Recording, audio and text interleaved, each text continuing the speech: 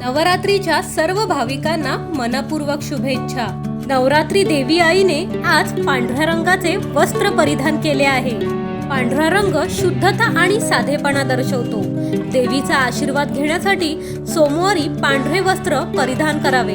पांढरा रंग शांतता आणि सुरक्षिततेची भावना देतो। पांढरा रंग आयुष्यात संयम शिकवतो आणि हिंसेला परावृत्त करतो। बऱ्याच संस्कृतींमध्ये पांढरा हा विवाह सोहळ्यासाठी निवडीचा रंग आहे, जो नवीन सुरुवात आणि अस्पष्ट प्रेमाचे प्रतीक आहे। विविध धर्मांमध्ये पांढरा रंग देवत्व आणि पवित्रतेचे प्रतीक आहे।